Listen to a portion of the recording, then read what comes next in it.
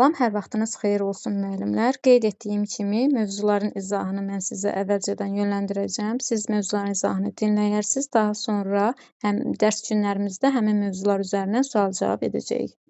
Mövzumuz metal ilə işləmək üçün iş yeri, alət və tərtibatlardır. İş yeri dedikdə nə başa düşülürdü? Biz bilirik ki, iş yeri işin icrası üçün uyğunlaşdırılmış, müvafiq alətlərlə təchiz edilmiş məkandır. Metalla işləmək üçün də xüsusi təchiz edilmiş iş yeri lazımdır. Metalın əl ilə emalı üçün iş yeri çilingər verstakı, kombinə edilmiş verstakdır.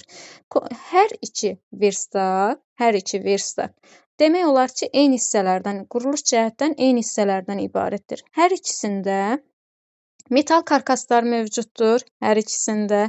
Daha sonra stol üstü qapaqdan ibarətdir. Qoruyucu ekran daha sonra qoruyucu ekrandan ibarətdir. Ondan sonra oturacaqlar burada göstərilib, məncənə qeyd edilib. Fərq yalnız ondan ibarətdir ki, çilingər verstakında alətlər üçün yeşik mövcuddur. Amma həmin hissə kombinə edilmiş verstakda qeyd edilməyib, yoxdur. Fərq yalnız bundan ibarət oldu ki, çilingər verstakında alətlər üçün yeşik mövcuddur. Daha sonra biz bu verstakda pəstahı bərkitmək üçün, emal zamanı pəstahı bərkitmək üçün çilingər məncənəsindən istifadə edirik. Çilingər məncənəsi vintdən, baxın burada başlıq hissəsində vint mövcuddur. Daha sonra hərəkətli dodaq, hərəkətsiz dodaq, dayaq çatısı və linkdən, dəstəkdən ibarətdir. Burada isə müəllimlər, məncənənin sxemi qeyd olunub. Məncənənin sxemində hərəkətin bir halqadan digərinə dəstəkli vintin, baxın, dəstəkli vintdən hərəkətli dodağa ötürülməsi göstərilib. Məncənənin iş prinsipi bəs nədən ibarətdir? Məncənənin iş prinsipi belədir ki, pəstah məncənənin bu iki dodağı arasında, hərəkətli, hərəkətsiz dodağı arasında yerləşdirilir və vint dəstəyin köməyi ilə saat əqrəbi istiqamətində fırladılaraq pəstahı orada məncənənin dodaqların arasında sıxmaqla pəstahın etibarlı bərkitməsini təmin etmiş olur. Bir daha qeyd edirəm, məncənənin iş prinsipi məncənənin dodaqları arasında pəstah yerləşdirilir və biz bu dəstəyin sayəsində, dəstəyi saat əqrəbi istiqamətində fırladaraq vint sıxılır və dodaqlar arasında pəstah etibarlı bərkidilmiş olur. Daha sonra müəllimlər, metalla işləmək üçün bu verstaklardan başqa digər alət və tərtibatlar var ki, biz onlardan istifadə edirik. Bu alətlər isə müəllimlər, burada şəkildə qeyd olunub. Bu alətləri diqqətlə nəzərdən keçirin. Çünki testdə qarşımıza çıxır ki, metalla işləmək üçün verilən alət və tərtibatlara aid deyil. Aid deyil deyilirsə, biz bu zaman oduncaq üçün iş zamanı hansı alət və tərtibatlardan istifadə ediriksə, onları seçirik.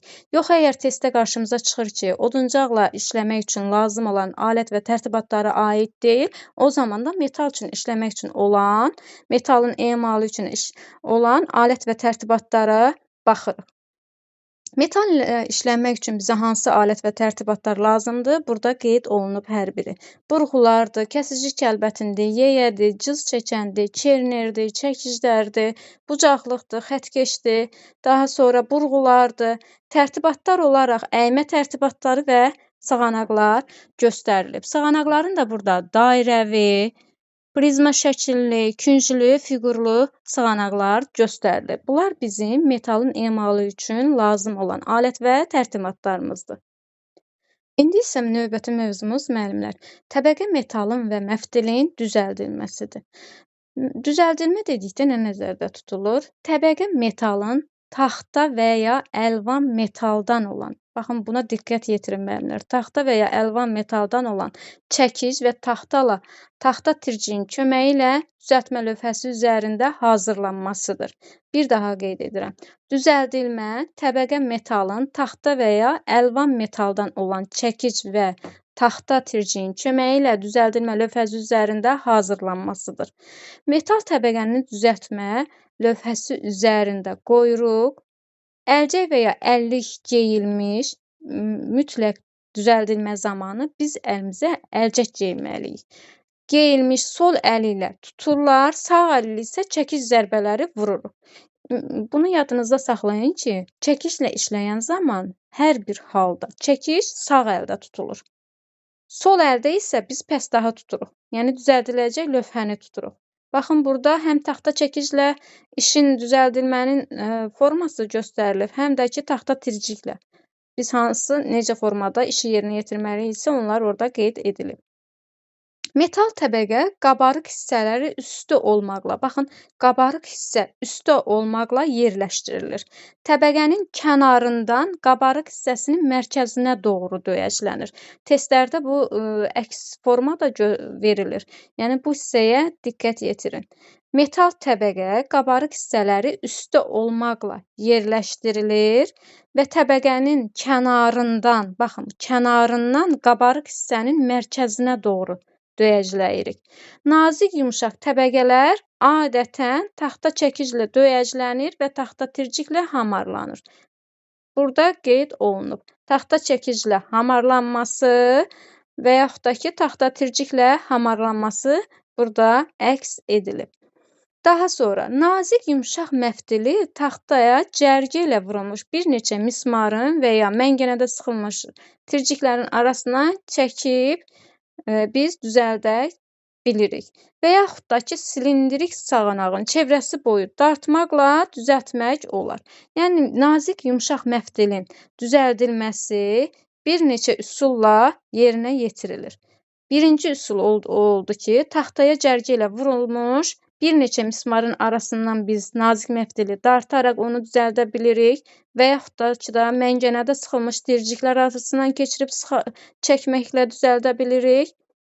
Və bir də biz məngənədə, üzr istəyirəm, silindrik sığanaq boyu. Baxın, silindrik sığanaq məngənədə yerləşdirib və o sığanaq boyu da biz onu dartmaqla nazik məftili düzəldə bilirik. Qalın məftili isə biz düzəltmək üçün müəllimlər, düzəltmə lövhəsi üzərində çəkiclə, döyəcləməklə və yaxud da ki, yastağız kəlbətinlə sıxmaqla düzəldə bilirik.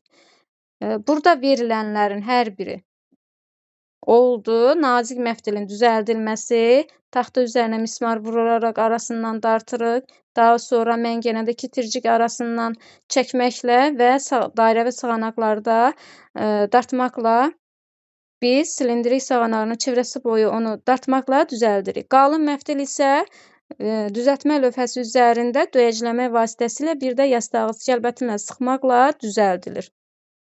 Daha sonra düzəltmə zamanı biz düzəldilmənin keyfiyyətini necə yoxladırıq? Düzəldilmənin keyfiyyətini yoxlamaq üçün düzəltmə lövhəsi üzərində metal təbəqənin və ya məftilin səthinə xəttkeşin tilini qoyuruq.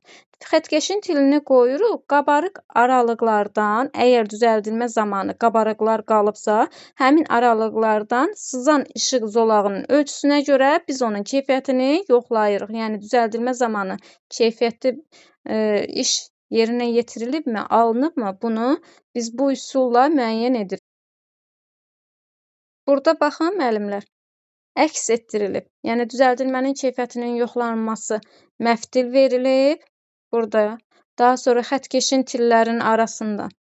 Görürsünüz, buradan əgər işıq düşürsə, bu keyfiyyətli düzəldilmənin alınmadığını göstərir.